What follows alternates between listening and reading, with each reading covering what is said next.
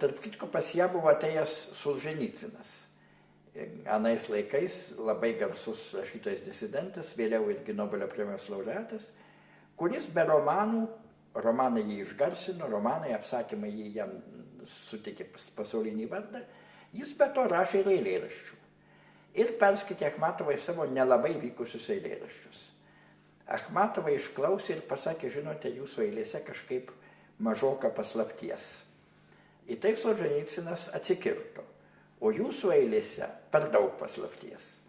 Nu, o tokiu būdu jie apsikeitė komplimentais, kaip sakoma. Nu, bet Achmatova pasiklausė tų lietuviškų vertimų ir pasakė, nu kągi, intonacija atrodo pagauta. Tai aš supratau, kad jos manymų vertimai niekam netinka.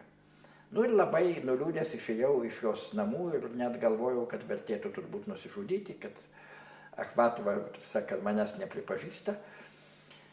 Bet mano laimiai, tuoj po to, kai aš išėjau iš Achmatovos, pas ją užėjo kalbininkas Ivanovas.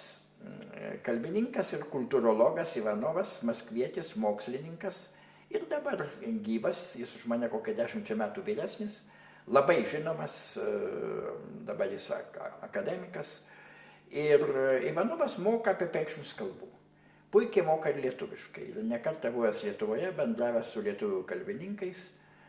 Ir Achmatova jam parodė, štai mano eilėraščių lietuviški vertimai. Ivanovas perskaitė ir sako, mano manymų vertimai geri. Tada Achmatova man paskambino ir pasakė, kad dabar aš jau žinau, kad jūsų vertimuose esama paslapties, todėl prašom, galite pas mane užeiti, kada tik norite, kalbėsimės apie šį bei tą. Ir aš pas Achmatovą kokią 15 kartų lankiausi. Tai buvo man irgi svarbi gyvenimo patirtis, kalbėjau su ją apie literatūrą ir ne tik apie literatūrą. Ir tokiu būdu, taip sakant, su ją gana nemažai bendravau.